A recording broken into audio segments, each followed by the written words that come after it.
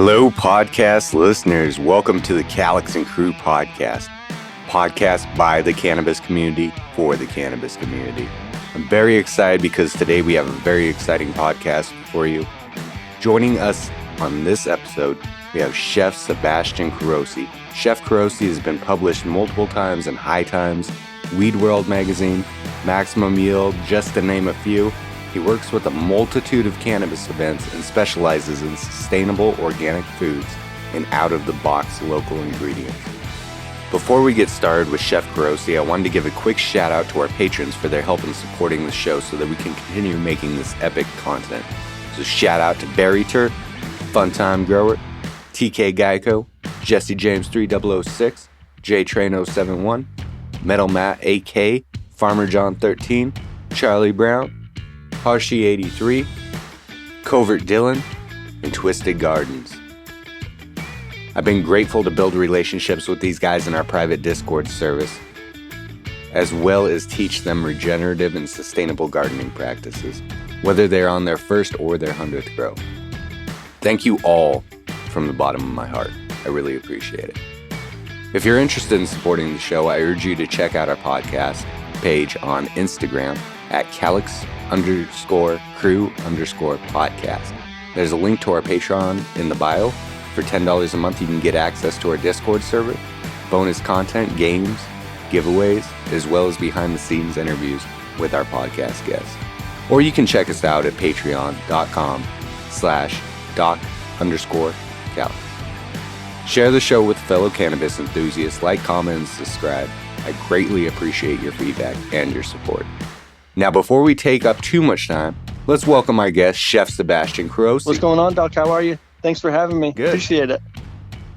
I'm very excited to have you on. This is a bit of a different podcast. It's very cannabis related, but we're kind of delving into what you do today, and I'm actually extremely excited for this. When did your interest in working with cannabis begin? I'm 50 years old, and I grew up in a household where both of my parents were cannabis users. They were also both in the medical industry. My dad became a doctor, and my mom left the medical industry and became actually a nuclear physicist. So she moved into a different realm of stressful jobs. But they both continued to use cannabis throughout my life. And then when I grew up, I saw that there were two people in my life that were successful, no problems, had basically whatever they wanted to work for to get, and used cannabis. And my dad, being in the medical industry, would always, he'd always had plants going on, but he always had something to make out of it, whether it be something silly back in the day like brownies or Rice Krispie treats. I hate to use candy and sugar vehicles like that as a topic, but those things were vehicles for cannabinoids back in the day when that was your level of cooking with cannabis. So I just kind of took that and added it to my profession as a culinarian and as a chef, and just tried to apply it without being too scientific at the time. Everybody's getting really scientific now, and everybody knows everything, and yet everybody knows everything. Everybody's the master grower, everybody's all this. And it's kind of a convoluted, I don't even care. I can't call it an industry because it's not an industry, because it's not nationwide. It's sparse. It's in certain areas, and it's controlled in different ways. And nobody's controlling a fucking carrot in all these different ways. So why are you going to try to control cannabis in a different way? And I know the benefits are highly different from a carrot versus cannabis. But I mean, still, if they're going to regulate it, they really need to start coming together. And because there's people out here there like me who are not looking for the highly processed edibles in the store. We're not looking for the next strain that is named after a candy bar or a wrapper. We're not looking for that. What I like to call real cannabis consumers, and not just end users. So a lot of people are in this industry without drawing a paycheck from a company. You can't be in an industry if you're just an end user. Oh, I smoke a lot of weed. Yeah, right. I'm in the industry. I come across that all the time, and it's like jaded me for a lot of things, and it's kind of moved me away from a lot of things.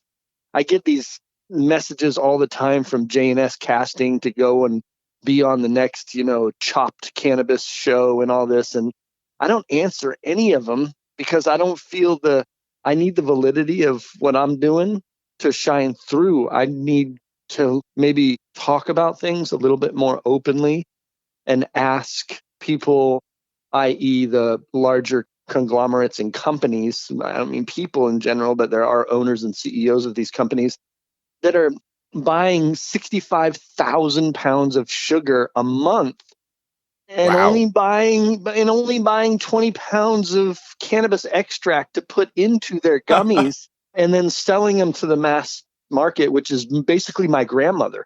And it's just so sad. I want people, and I'm sorry I'm on a Dennis Miller style rant here, but No, you're I good. really want people to understand that the plant is edible from the roots to the tip. The leaves are highly nutritional. The biggest benefits that we found from cannabinoids and cannabis yet are not from any of the ways that any of us are consuming it. It's juicing it and drinking the juice immediately. All the studies in Israel that were done in the 60s and now that are done from 2005 up are the phytonutrients and the availability of what you can get from just and then auger juicing. And that's another thing. Everybody's like, oh, I'm going to go out and get a juicer and I'm going to juice it. And I'm going to be like, yeah, yeah, yeah. No, you have to have an auger juicer like you were juicing wheatgrass because the centrifugal Yeah. force of the force-driven, motor-driven juicers are just killing half of the nutrients. It's just like we're doing when we're smoking weed. But I'm not. Really? Yeah, I'm not going to stop smoking weed. I'm going to get as many cannabinoids in my body as I can, and I don't eat heavy doses of cannabis. A lot of people think I eat a lot of cannabis because I cook with it. I don't. If you notice, a lot of my food is based around raw cannabis and the leaf and other forms of cannabinoids in the recipes and using tonight I made a panna cotta with cannabis pollen. A friend of mine that's a breeder gave me a gift of cannabis pollen, and it's highly sought after. I mean, some of it goes for $600 for a quarter gram, if you're a breeder, it could go for more than that, but it's loaded with protein. And I always see all these chefs and all these culinarians in my field always looking for the next thing, they're all looking for like moose nuts from the Congo of South Brazil, something that's like people are just going to be like, oh, I need those moose nuts. That's it. I need those. I heard of those and I need them. And the chefs are all driven that way, but yet they have an ingredient that's readily available to them. They could be using microgreens. They could be using juicing greens, salad greens. It's really weird because I got involved in the first farm in the country that is USDA and FDA licensed to sell microgreens, juicing greens, and salad greens, cannabis, hemp, whatever you want to call it. Sour tsunami is what we were growing. And I grew 50 acres. And, I only had 2 chefs in the world buy it. Only 2. Wow. And I got it out there. I mean, I got a reach. I write for 7 magazines. I mean, I'm out there. I can get it to people. Even if I have to send it to you free, I'm going to let you try it.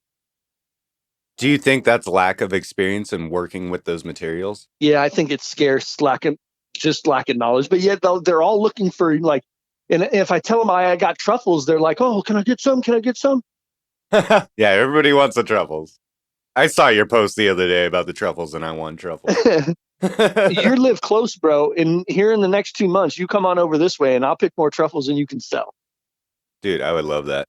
I would love to go out and forage with you and just learn some of your knowledge. I've got an extensive knowledge of cannabis, but I've just never really been exposed to the world of mycology as much. And that's something I would definitely like to learn. I'm not a professional. I'm not a mycologist. I'm not a botanist. I'm nothing like that. I've gone on everything that my family has kind of handed down to me. And just whatever region you go to has got the things like that. So let's loop back on that really quick since you brought it up. From my understanding, are both your parents Italian immigrants? Yes. Both of my parents were first generations born here. And your father was the one that got you into mushroom foraging? Yeah, my grandfather, Vito, his father, yeah, he was a truffler. He was a forager.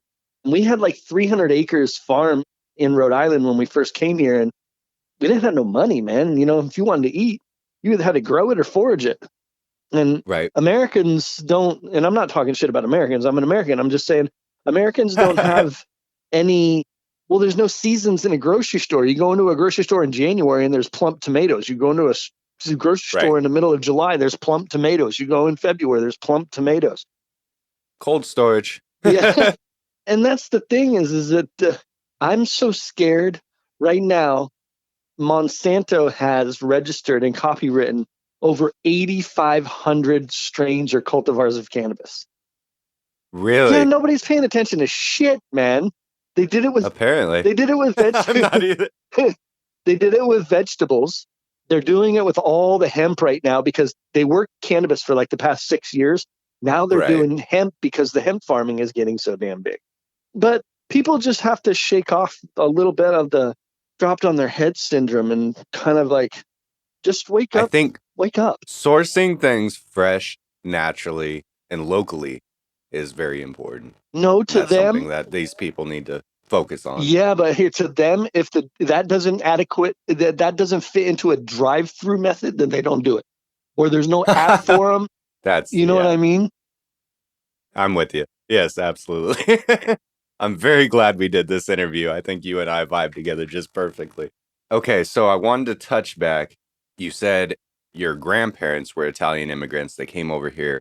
They taught you how to forage and work with these mushrooms.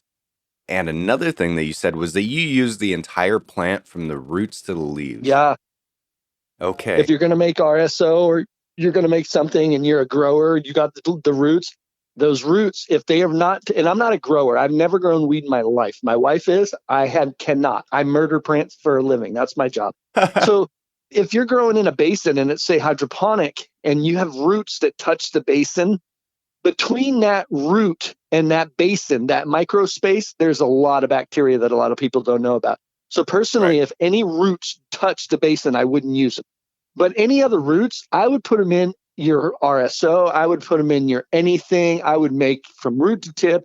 You juice them. Do whatever the hell you can not to waste them. What's your favorite way to prepare roots? I like to make things like if I'm making, well, so I like to juice. You like to juice? Yeah, I like to juice them because they're extremely bitter. So there's lots of parts of the plants that I like to juice because different areas on the plants. And I've sat there and juiced like 70 runs just testing the taste on a few different strains I had available and a few different methods of juicing. But they're so damn bitter that you really have to mix them with some plant matter juice to get them down. Okay. That's what I Very found. cool tip. Pollen. Very cool. Pollen's loaded with all sorts of. I mean, you think about what pollen is, and it's baby flowers floating around from one flower to the flower. So it's already got so many nutrients in it. It's loaded with protein, minerals, all sorts of vitamins. And then those things are necessary, and we're just let them go, you know? Yeah, that one doesn't scare me at all. I've been consuming bee pollen for a long time, so why not go with a plant that I'm already working with? That's really weird because I'm developing a recipe for Maximum Yield magazine right now, and it's chocolate chaga truffles with bee pollen, just a little sprinkle of bee pollen. I'm a junkie for bee Nice. pollen. Love bee pollen. I am too. Yes, absolutely. One of the things that I appreciate about your work that I've really been following and been interested is the fact that you work with ingredients that are kind of out of the norm. One of the ones that I saw you post about the other day was a gunpowder and can of pickled green strawberries. Oh, yeah. What? So a lot of people don't really know about gunpowder, but the highest quality green tea in the world is actually graded as gunpowder green tea. Really? Yeah. So I like taking healing things that people don't really know about and people that are a little bit unknown to people. And like I said, it was so easy being a chef when you have all these normal things available to you. But if you wanted to work in my kitchen as a culinarian, first of all, you had to name 5 apples. And I don't mean grocery store varietals. You also had to name what the things on the end of a fork were. And then we would start talking about maybe you would wash dishes and then maybe you could peel carrots or something like that. But you got to, if you're going to be a culinarian, you got to know your way up and around everything that you're doing. So you go to a chef and you're like, cool, nice dish. It looks like it was put together by 3,000 people and 20 sets of tweezers. Where'd your salt and pepper come from? And they look at you and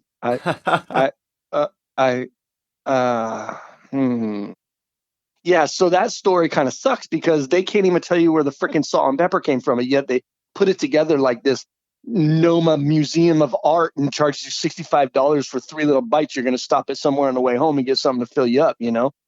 I was never, I couldn't sleep at night as a chef. I worked for 2 sitting presidents. I worked for President Sarkozy of France.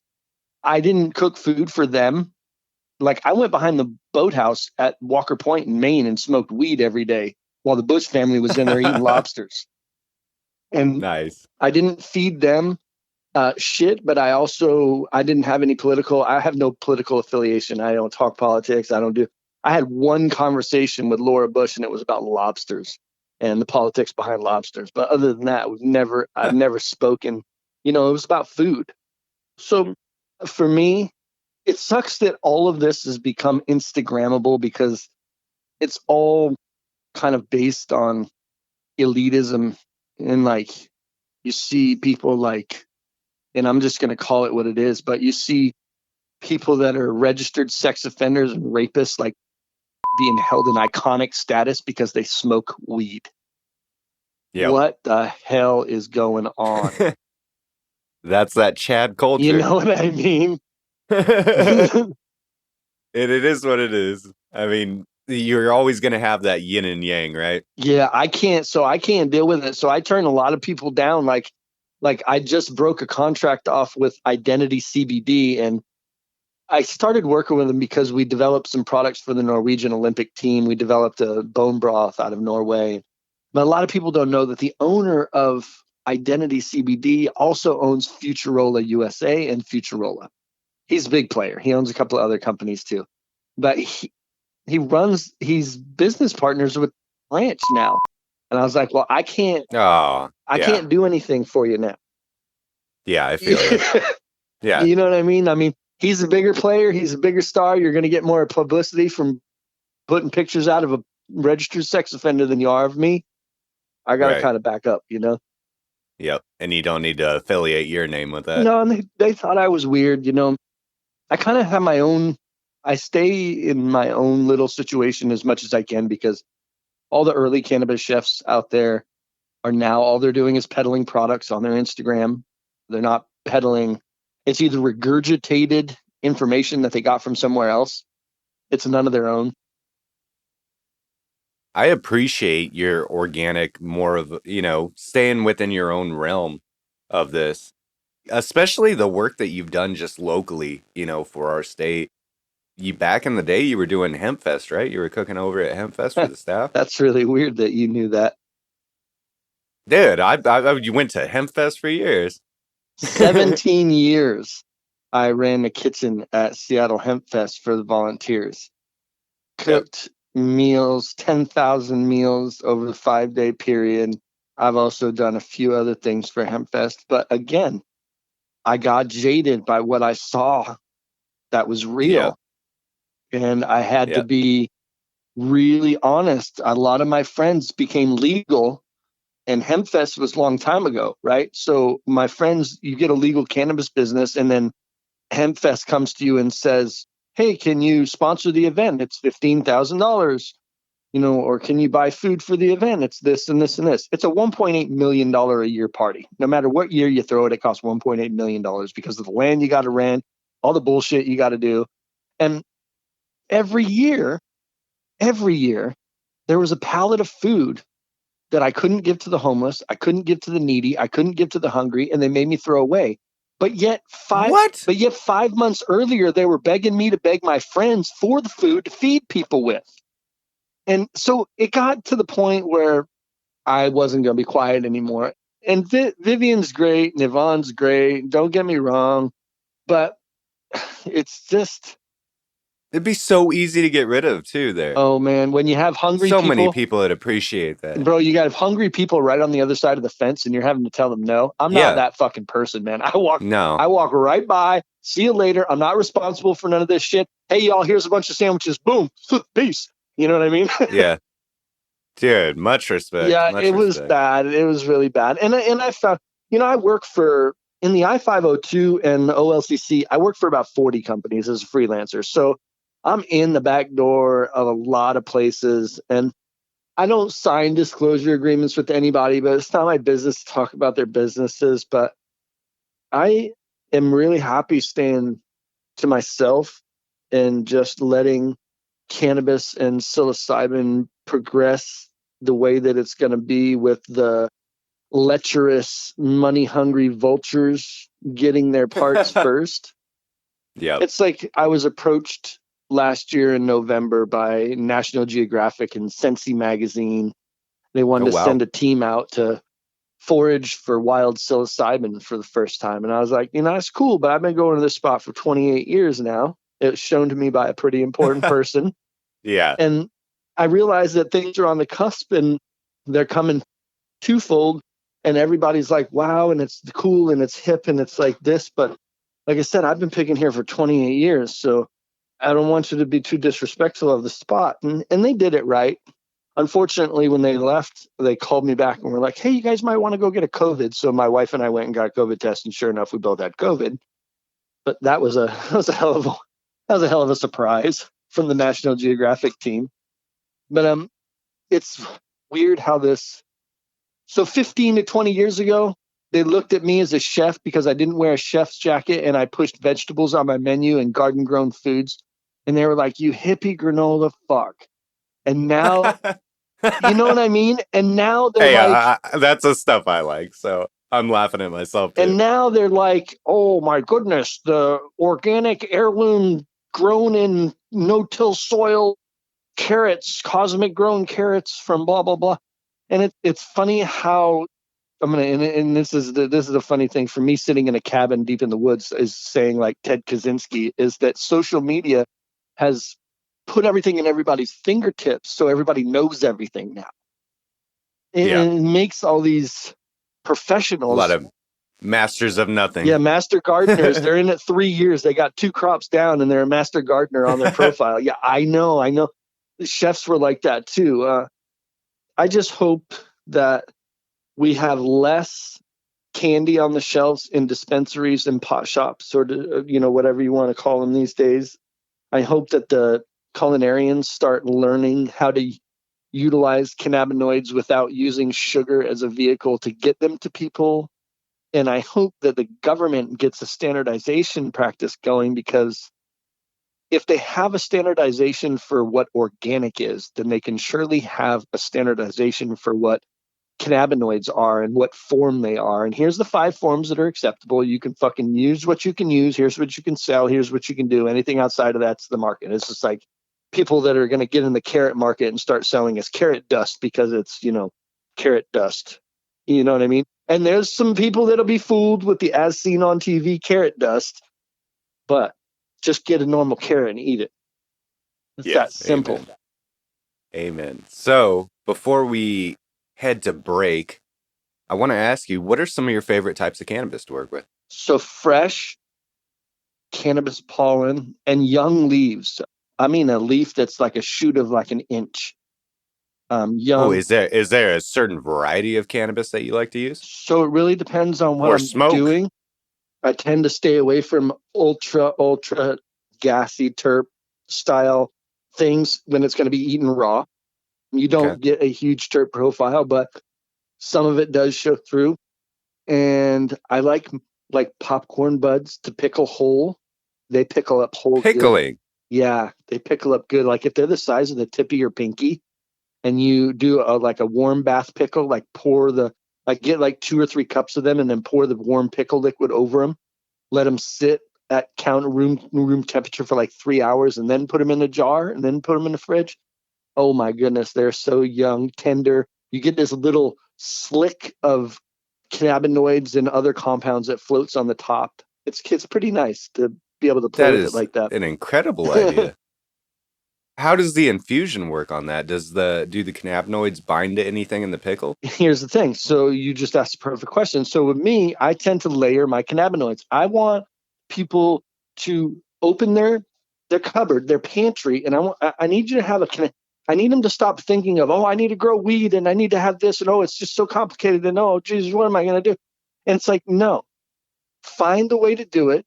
Find a supply, whether it's your dispensary, your grower, your whatever, farmer. Farmers are best, just like our food source. We're talking about cannabis. And then start making things for your pantry. If you use balsamic vinegar, infuse it. It's acid. It infuses. Either do it the old-fashioned way in a jar with decarbed cannabis, or do it in a magical butter machine or something like that. So Wow. olive Yeah. oil, grapeseed oil, soy sauce, sesame oil, tamari, pumpkin seed oil, sesame seed oil, rice wine vinegar, apple cider vinegar.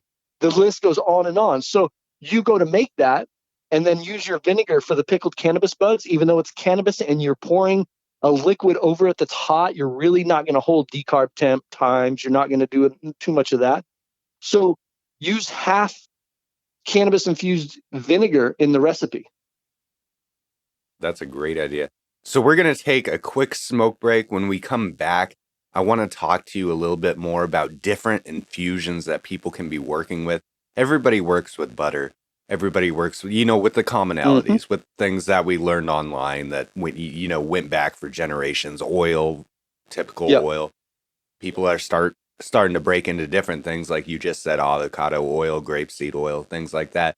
But I still don't see, like, just as general knowledge, a big palette of materials that most people work with at home. So I kind of want to touch base with you on different infusions that maybe people could be playing with that they can benefit from. I also want to talk to you about your work with these mushrooms and like what benefits you're seeing from them, what kind of dishes you like making with them, and just dive deeper into what Chef Sebastian Carosi is all about in his practice. Totally. All right, we'll come right back when we get done with our smoke sesh.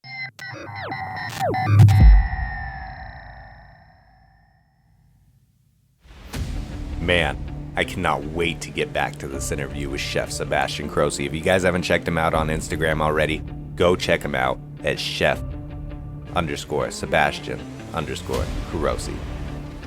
While we're on this quick break, go run. Grab your pipe, grab your bong, grab your papers, roll you up one, smoke with us. That's what we're doing. And while we're on this break, I want to give a quick shout out to Nextlight LED. Nextlight LED is a pioneer in bright white LED technology. Their spectrum is absolutely amazing. They have one of the best warranties that I've ever seen. It's a 5-year all-component warranty down to the very last diode. They have a model to fit any style of grow. Doesn't matter what you're doing. I have the Megas, I have the Pros, I have the 420s, and they're all amazing. Go check them out at nextlight.com. Now let's get back to our interview with Chef Carosi.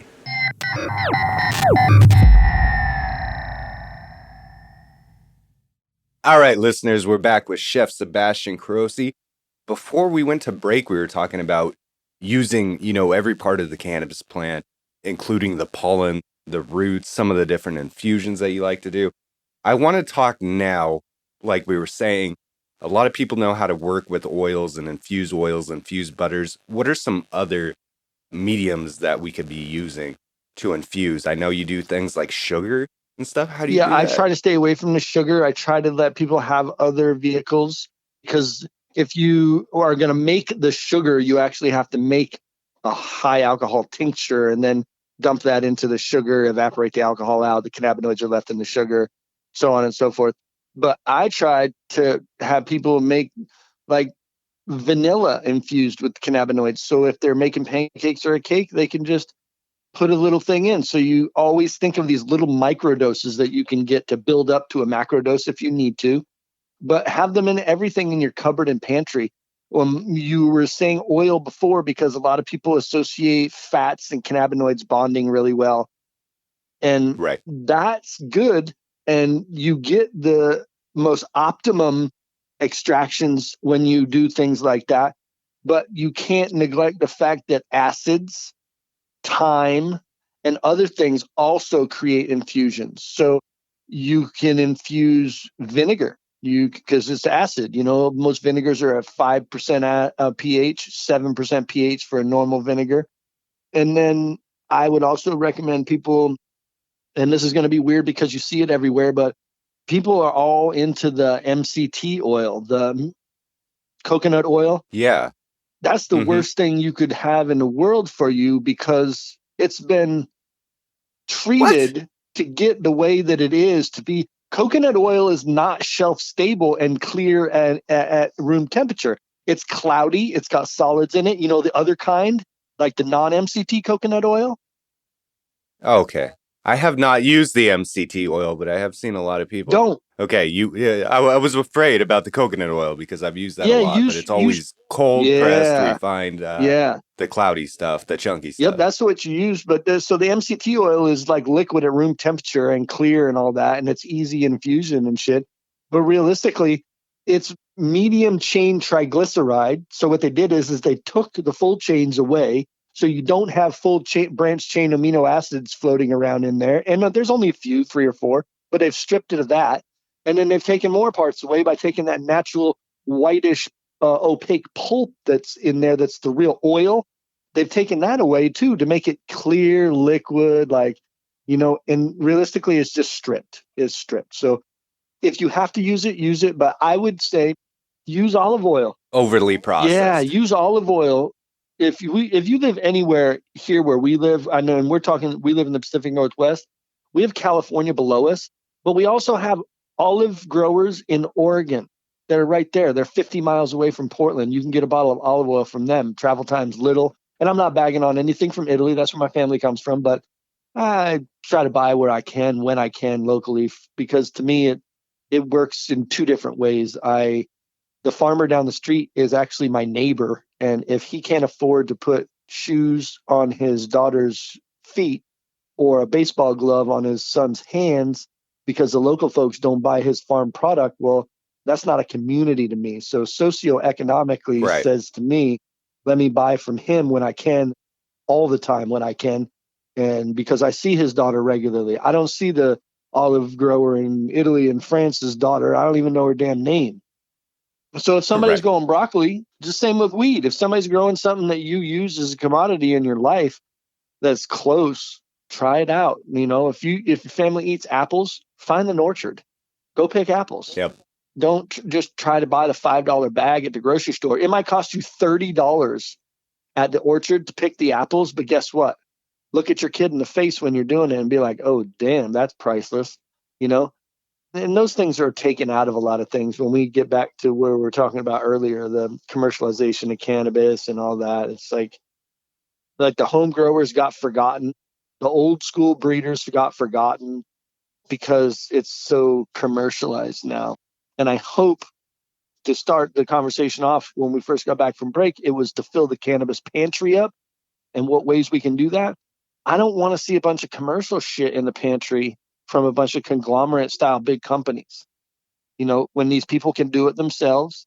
And it might not be easy to always bake your own cake. Sometimes it's a little easier to go and get one from the store, but try. And it might be that time where you're going to go down the street to the hemp farm or the cannabis farmer and be like, yo, I need a half pound. I'm making olive oil for salads. I'm making grapeseed oil for salves, and I'm making this for this and this. And hey, do you got any calendula flowers? And what else do you grow? So here's a funny thing. We're talking about that.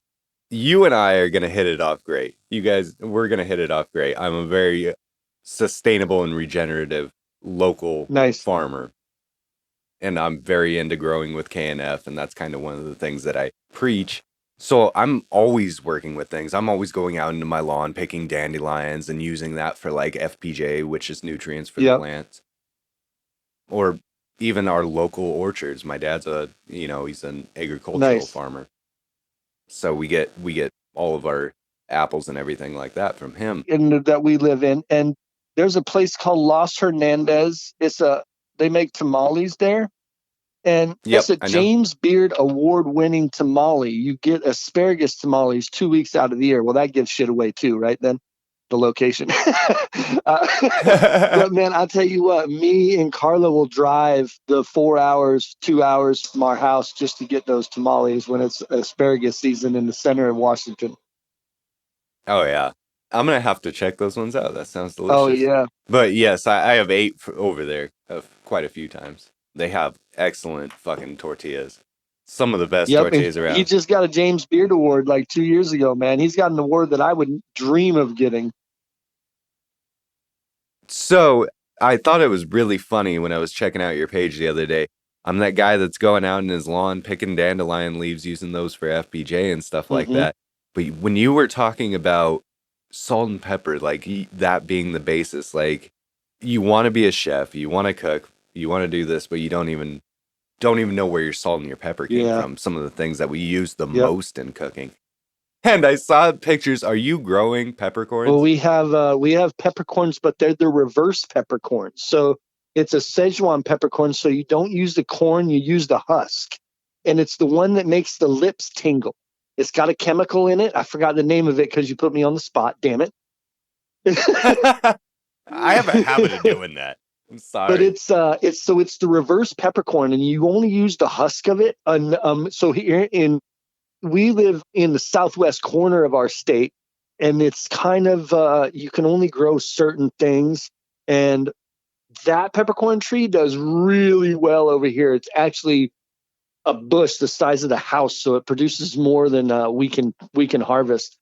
We actually moved some of it to a friend of mine's winery so that he could get them going because he wants to distill it down because of its lip tingling qualities. But it works the exact same way as like a peppercorn does, just with a little bit Absolutely. more And then when bitter. you get into Nice. salt, we live here. Yep. You use a ton of Well, it's our this. basis. It's like I said, it's the basis. And like the cooks that used to cook for me, I used to come onto the line like, half hour before dinner, check everybody's setup, check everybody's stuff, check all their consistency, all their products. And they used to have to go through a mashed potato test, and they hated it because it was something simple. It was mashed potatoes. But I was like, Yeah. listen, if you can't make mashed potatoes right, how are you going to make my $45 steak right? And then you're going to Hmm. make $30, $45 a steaks a night, right? I don't believe in that because you can't make the mashed potatoes right. So why don't you make the mashed potatoes right every night for 4 years, then touch the steaks? And I wasn't really Wow. harping like that, but I really wanted people to get the point of if you're not consistent with the things that are on the bottom that you think are the bottom, you're never going to be able to hold on to the top when you get there. And Right. that's like what I say about salt and pepper. They're the basis of our food. You really don't need nothing else. Some water, some vegetables, some salt and peppers. You talked about dandelions earlier, and I was approached by I love yeah, dandelions. I was approached by a friend of mine during the COVID lockdown, and he said, "Hey, Sebastian, I need you to come on a show for me and cook." And I was like, "Okay, cool." And I'll just let you know, this was the vice president of High Times, John Capetta, and he said, "You're going to see 15 million people in your 45-minute segment." And I was like, what'd you say, John? And he's like, "Yeah, you're going to see 15 million people." And I was like, "All right, this is going to be great. This is really my opportunity." So I'm sitting here with my wife's got the computer Pressure's on. and everybody, everybody's got everything all set up. We got all the filming equipment here and all that. And they cut to me, and I bring my phone for the cut screen, and I'm in the front yard, and they're like, "Oh, we're here with Chef Sebastian Carosi," and it looks like he's in his front yard. "Where'd the kitchen studio go, Sebastian?" And I was like, "Well, you told me I could make anything I wanted, so I'm gonna make country fried dandelion flowers with MILF style ranch." And they're like, "Dandelions, country fried dandelions with MILF?" And John goes, "Like mother, I'd like to fuck ranch." And I was like, "Yeah, like the one down the street that you always been wanting to fuck, man." Oh my So I lord. proceeded to make country fried dandelions for 15 million people on 420, last 420 during the COVID lockdown on High Times virtual thing. It was pretty funny. Oh, I that's don't know epic. if and I'm not trying to brag, like if you've seen the last two recipes that I did for High Times, but they don't ask me to put what everybody expects High Times to want as a recipe in their magazine. They are expecting the Rice Krispie treats, the chocolate, the this, the that. And the Right. past recipes that I've done for them are salads, avocado toast, things like that. Things that really let people know that there's another level that we can cook with cannabinoids, cannabis, fresh cannabis, processed cannabis. And I know there has to be everything, even the products that I dislike.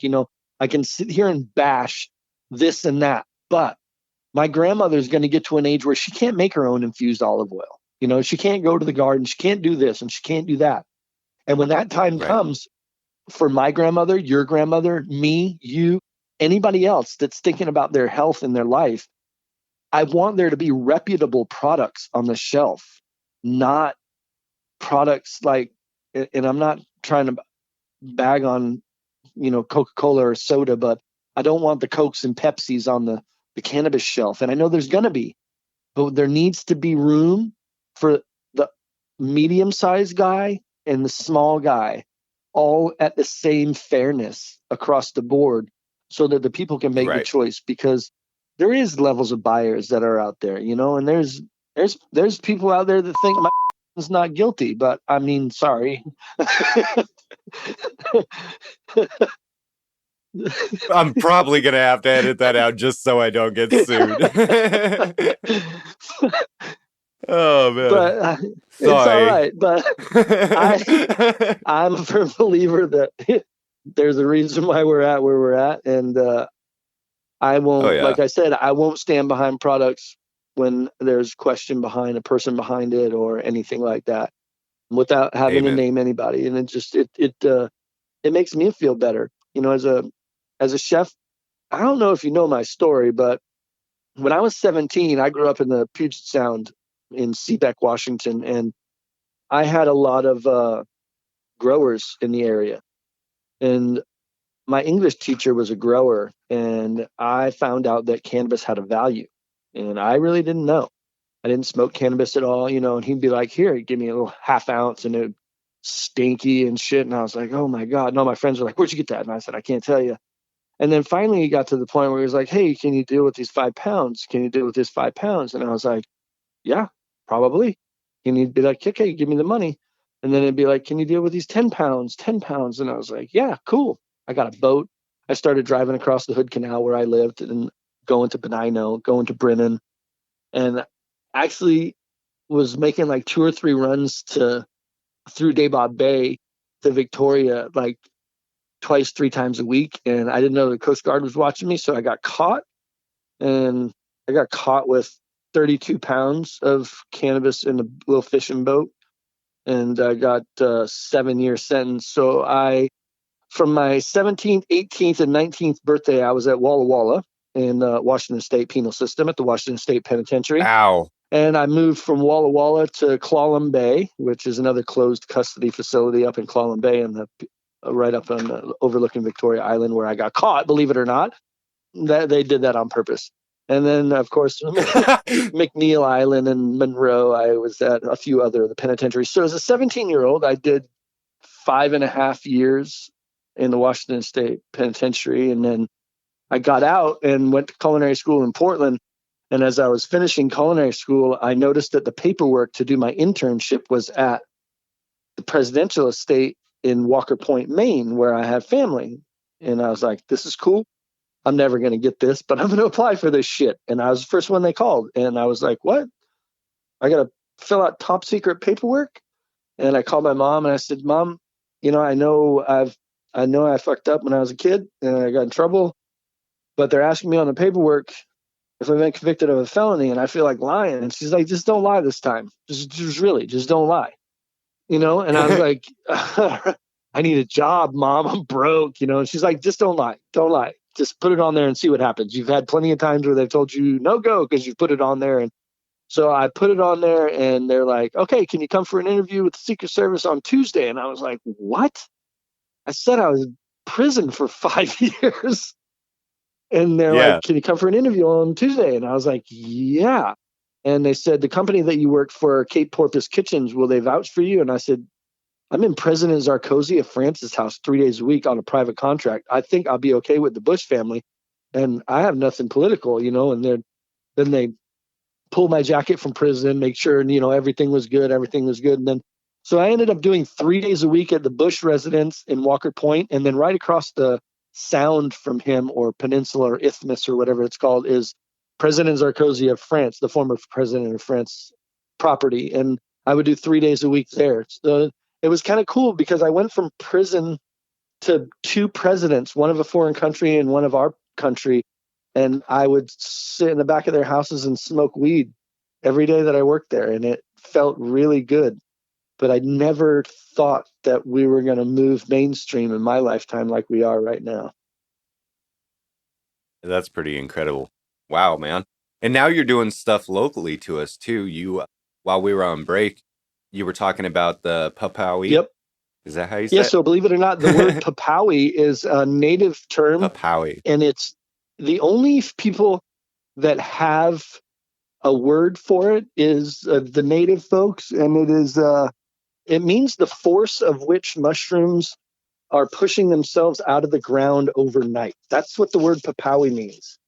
So it's really Oh weird wow. because they're the only people that have a word for it. We don't even have a word for it. I tried to dig up, my ancestors are Northern Italian from Abruzzo, and I tried to dig up. There's a lot of what we would consider witches and people really associated with the land from where I come from in Italy, and they don't even have a word for it. So the natives, and specifically the natives here in the Pacific Northwest, had a word for the force of which a mushroom pushes itself out of the ground overnight with. So the Papawi definitely for me means something. And this event is going to be held in November 12th, 13th, and 14th on the Long Beach Peninsula of Washington. And for those that know psilocybin mushrooms, that's actually the psilocybin mushroom capital of the world in November.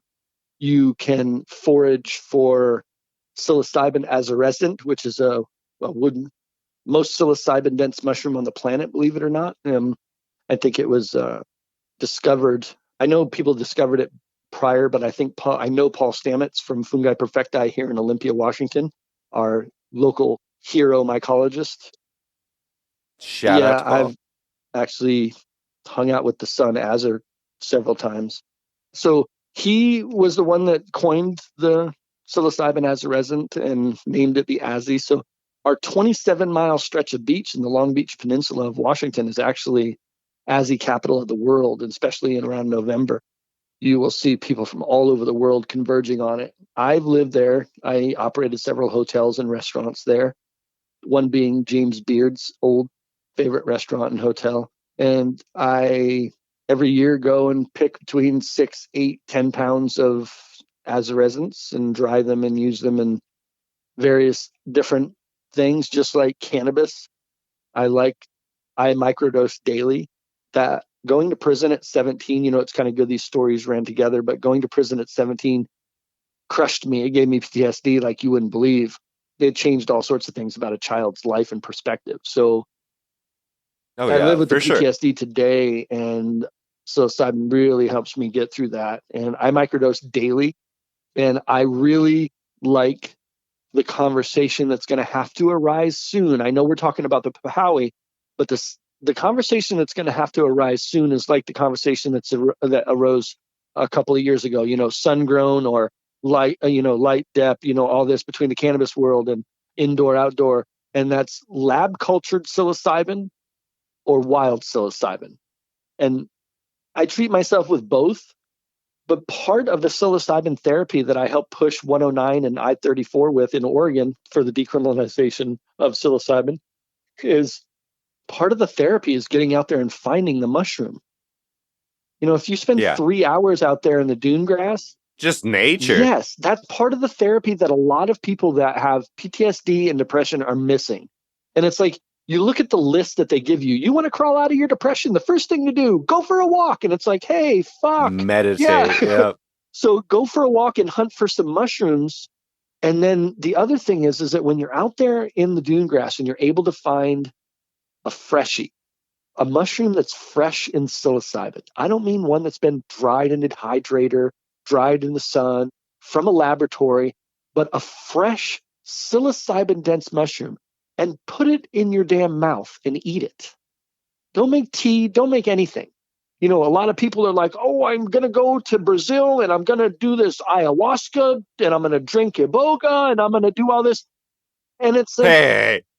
I wouldn't there's mind nothing it. wrong with that. And I have nothing wrong with that. But I believe that from where my ancestors came from in Italy, we didn't have any of those things. We had psilocybin mushrooms. So I believe therapy should go back to where your ancestors originated from. If you've got some Latin in you, then explore those things. But if you don't explore those things because they're not made for you. chemically. So the psilocybin for me, That's a very interesting I point. think people are going to have to start paying attention to these things. You know what I'm saying? Just like what I was trying to get at is like Well, most Americans are a big melting pot, though, and they're just a mixture of but everything. so delve down deep. Oh, both of my grandparents are from South America. Okay, I need to be doing ayahuasca. Or, but my grandparents are islanders, or they're this, or they're that. Nobody needs to be licking a fucking frog because that shit is. There was nobody that was licking frogs except for people in Arizona when they told us what we were getting. So I have a question for you really Yeah, quick. Sorry to cut no, you no. off there, but it goes hand in hand with this. So one of the things that I've always talked about, my theory on this, as far as what foods are good for you, what type of cannabis is good for you, I feel that most people have that sensory memory where they're attracted to a certain like terpene, a certain flavonoid, where their body says, hey, you need some more of this, or that's why you're craving something like Hmm. this. And I'm glad that people can now tailor their medicine. Before, when we were living on the black market, it was like a strain name was just something we used to sell what we were getting from the dude we were getting it from. Oh yeah, this is OG Kush. This is vanilla fucking thunderfuck, and it's like it was just like a sellable point for bag appeal. But now it actually Yeah. matters. Now with the medical industry prior to the rec industry for 8-10 years in Oregon, people can actually say, you were saying something about Blue Dream, and it's like, like that DJ Short Blueberry that came out of Eugene, Oregon, has led its way into all the blue strains, and that's because those med growers, and I'm not a grower, but I do follow genetics, especially old genetics, especially landrace genetics, because I have to tailor my Yes, medicine we are too. going to be best friends. I have to tailor my medicine too because it's like I just don't smoke weed, Carla, we've smoked live resin now for the past probably 4 years, solid, just live resin. I haven't smoked flower for 18 to 20 years. Prior to that, for the past 20 years, it's been BHO, and for 15 years, it was some raspy ass BHO from up here in the Pacific Northwest, but it was all we had. And it was way better for me to smoke BHO 20 years ago off a swing plate than it was to try to smoke flower because I had to smoke 2 ounces a fucking day to get where my head needed to be. You know what I mean? And I Wow. knew that back in the day. But the psilocybin microdosing kind of took away from that, or like how much cannabis you need to So consume? Carla and I smoke about 1.5 grams between the two of us of live resin a day. She tends to go for the more gassy type of gassy wet style live resins. I like right now I'm smoking lemon sour diesel because everybody in Vancouver grew that for like 8 years in downtown Vancouver here, so I was used to it. It's that particular, the lemon sour diesel, really nice for me. I enjoy it. She's smoking Agent Orange, I believe. Oh, Yeah, that's a so good I, one. I like California Orange. I like all those other strains. Carla grew for a long time, so she's well versed, better in the genetics and the things around here. I just know what the black market had for over the past 25, 30 years here in the Pacific Northwest, and then of course throughout the country. But yet the combination of good live resin and psilocybin therapy and trying to eat right, trying to do all the other things right, well, that those are the best things you can do. And nobody, no matter if you're getting a paycheck from Warner Brothers Studios and have multi-millions in the bank and the biggest house, those people feel bad too. Those people Right. have ailments. There's no separation between, they're not better than us because their house is bigger. Their fucking bills are bigger. Everybody is the same. Everybody is a person. Yeah. So, And we all have our different paths in life, and some people just go there a little bit quicker. yep, totally. And some people have different expectations. So, my Right. expectations out of cannabis is, and even psilocybin, but moreover cannabis, because we're not legal in all states right now. We're still got ways to go. And that we need standardization everywhere so that so everybody's grandmother in a different state isn't having to worry about a different rule and not worrying about the other thing is that in my states, two states, Oregon and Washington, and in California, I lived in California growing up too, and they pushed it even quicker, medical in California, is that we legalized and recreationalized in these states under the auspice of medicinal values for cannabis. But yet, all they are selling us is sugar. You go Yeah. into the dispensaries and the pot shops, man, and it's bad. And we have to have conversations like this so that at least two people go, oh, wow. Wow, there's a lot of candy. Wow, they just added popcorn. Oh, wow, and chocolates. And oh, wow, and this and that. And it's like, wow, how about just weed? Before we get going, I wanted to touch on a couple more points with you. This Pacific Northwest Papawi. Yeah, sorry we got lost on that for a second. You know, Oh, you're one of the good. biggest things for us holding this event is that we like to call them campers, people that attend our events. Campers can actually walk outside of their room in their hotel in November, right on the beach in the dune grass, and forage for wild psilocybin. We're going to have the release of the fantastic Fungi Community Cookbook. I contributed 5 recipes to the community cookbook. It's the cookbook that follows the movie that of Louis Schwartzberg, Eugenia Bone, and Paul Stamets did. So it's kind of a huge deal for me. And I'll be creating we'll have 4As, so people will be able to go and forage for king boletes, azzies, saffron milk caps, violet quartz, some other mushrooms. The porcinis or the king boletes are highly prized by a lot of the culinarians. But for those that want to find a source of psilocybin therapy right there as close as possible, it's a huge educational event to be able to recognize wild psilocybin or any mushroom in the wild is good. It's like, the growers that walk up to a plant and they're like, wow, this is sativa dominant, huh? And I'm like, what, huh? What, huh? It's like the mushroom world is still like that to me. I only know like 17, 20 mushrooms from this area, and I stick with them because they've kept me alive this long. But the event's really to throw a party for the release of the cookbook because that's a huge deal, and bring foragers and like-minded people together. We just hosted the Autoflower Cup in August, and that was, a lot of people.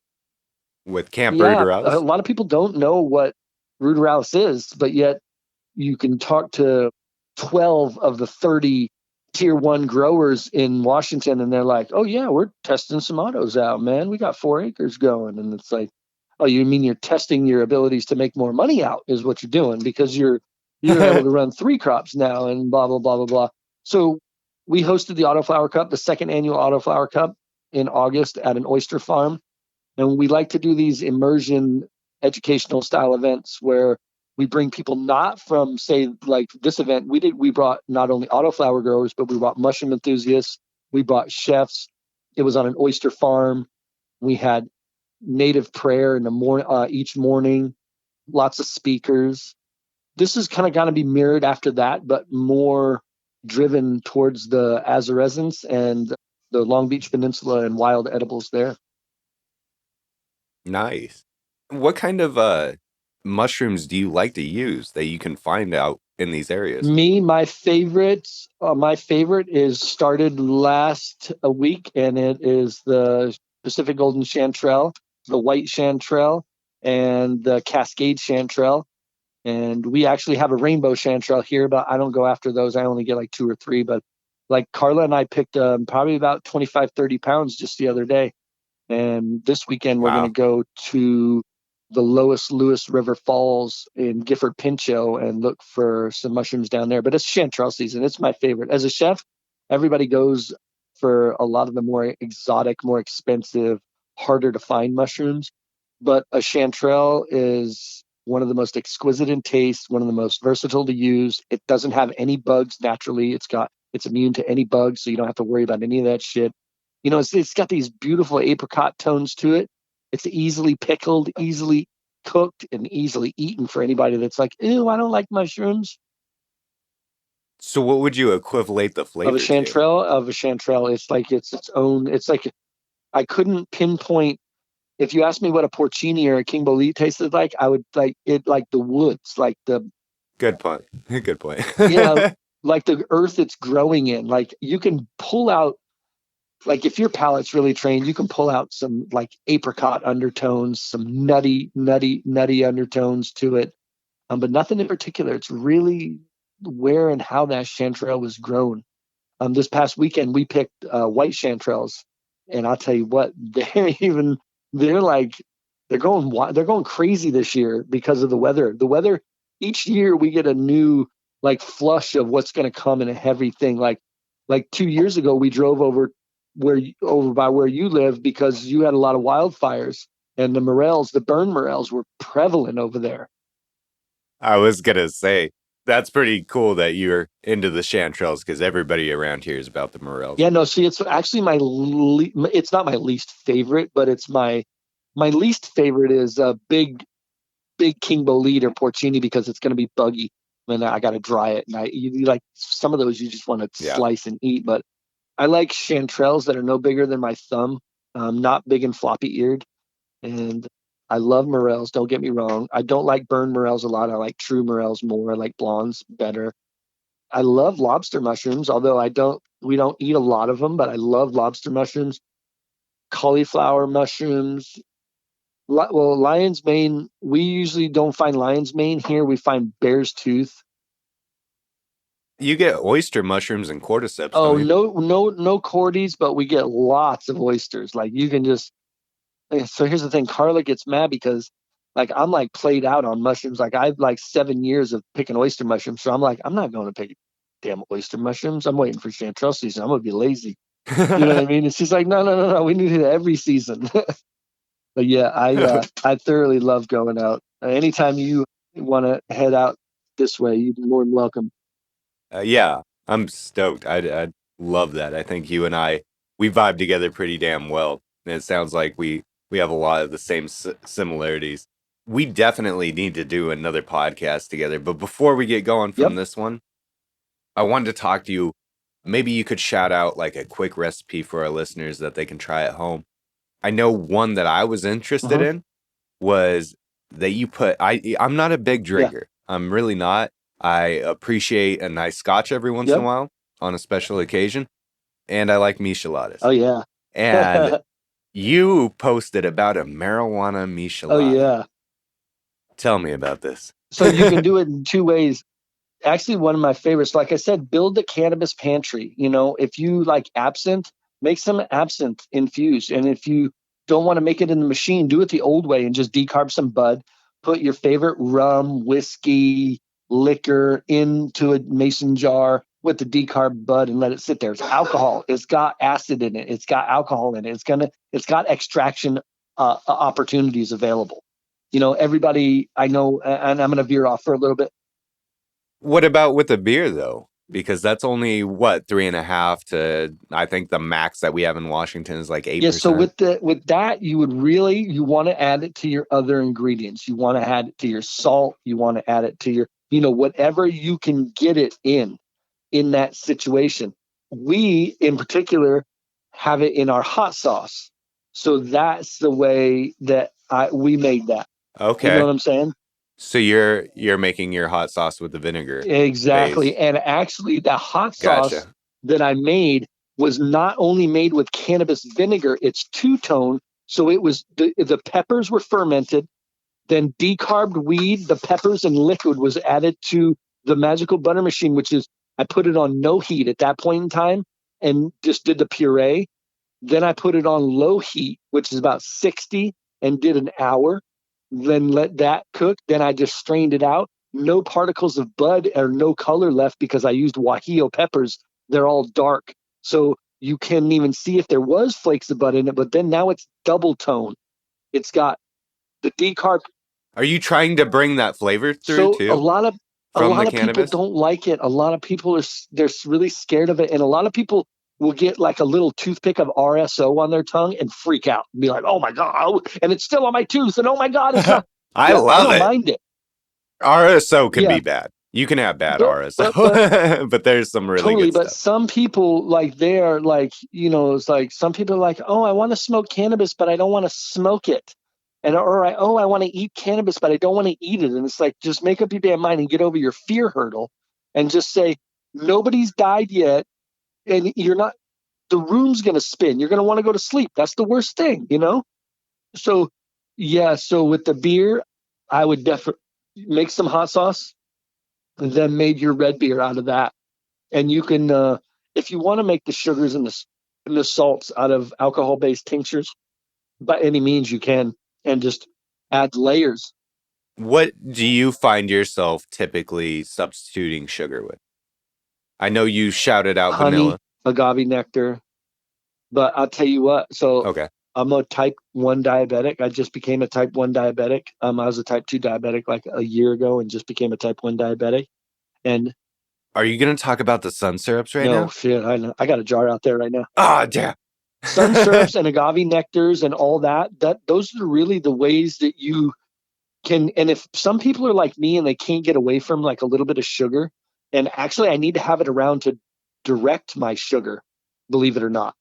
Because if you're up, you're up. If you're down, you're down. You need sugar one way, one for one and one for the other. But if people can move away from the hidden sugars, they don't necessarily need to take the sugar jar off of their counter. But if they can if they can just be more conscious about the things like a hamburger just isn't a hamburger. The bun has got like 30 grams of sugar in it. But if you go to a non-sugar bun, like say an egg bun, like a Hawaiian roll or a potato bun or something, they've even got less sugar in them because they're made with another ingredient, like a potato. Oh, yeah. And potato bread is like the best Totally. thing ever. I just recommend people think about what they want to do, think about how they want to do it, and think about what level of convenience they want to work with when it comes to cannabinoids and having that pantry available and buying products. Yeah, absolutely. And on that note, I think we will end the podcast. I want to thank you, man.